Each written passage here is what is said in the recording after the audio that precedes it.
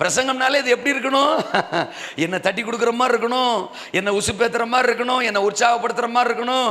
கர்த்தர் உங்களை தொடுகிறார், கர்த்தர் உங்கள் மேல் இறங்குகிறார். தோத்திரம். தேவ வல்லமை உங்களை நிரப்புகிறது. தோத்திரம். கர்த்தர் உங்களை வாலாகாமல் தலையாக்குவா, நீங்கள் கீழாகாமல் மேலாவீர்கள். நீங்கள் என்ன சேட்டை பண்ணாலும் பரவாயில்ல, நீங்கள் என்ன கர்த்தரை காயப்படுத்தினாலும் பரவாயில்ல, நீங்கள் சச்சை கட்டடிச்சாலும் பரவாயில்ல, நீங்கள் ஜெபத்துக்கு வரலாட்டாலும் பரவாயில்ல, ஆனால் கர்த்தர் உங்களை வாலாக்காமல் தலையாக்குவா, நீங்கள் கீழாகாமல் மேலாவீர்கள்.